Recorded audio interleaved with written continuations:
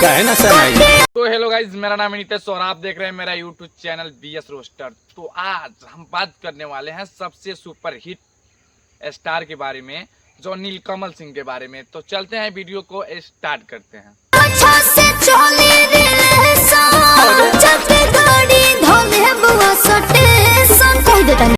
से चली रिलेशन ना तो जाके धोले में स्टेशन, ऐसा ही कोनो बाटी साला कुछ याद नहीं के पड़त। लेकिन कौन कमी बा नीलकमल भैया में भौजी? तू नहीं ना हमरा के तू बताओ, नीलकमल भैया में कौन ऐसा कमी बा कि तू स्टेशन धोल के चाहत अड़ुओ?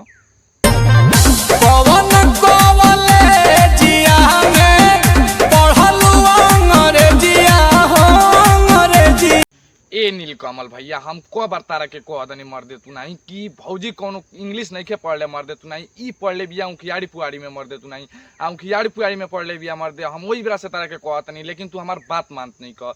अगर ई उखियाड़ी पुआड़ी में ना पढ़ले रही भौजी, अगर इंग्लिश पढ़ले रही तो भागे के तो ना कहित मर दे। तो हम से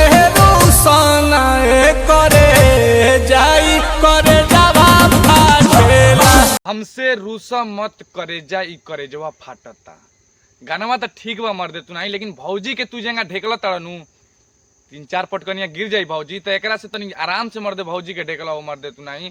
अगर धक्का मारे के बाद तो एक बार कस के मार दोगी भौजी, एक बार में 3 पलटनिया खा जाओ मर दे तू नहीं। एक पलटनिया से का होई मर दे तू नहीं। लेकिन भाई लोग कुछ भी कहा जाए, गाना मतलब जबरदस्त बा भाई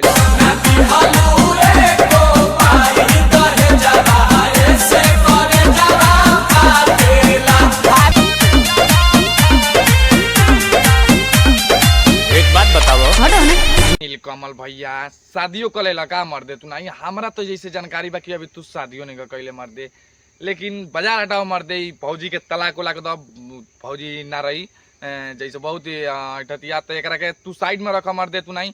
चलो दूसर बियाह कर मर दे तू नहीं। तू एक बार हाँ कह तो कितना मर दे शादी लाग जाए, तो एक से बढ़िया चलो दूसर बियाह कर भौजी के बाजार हटा।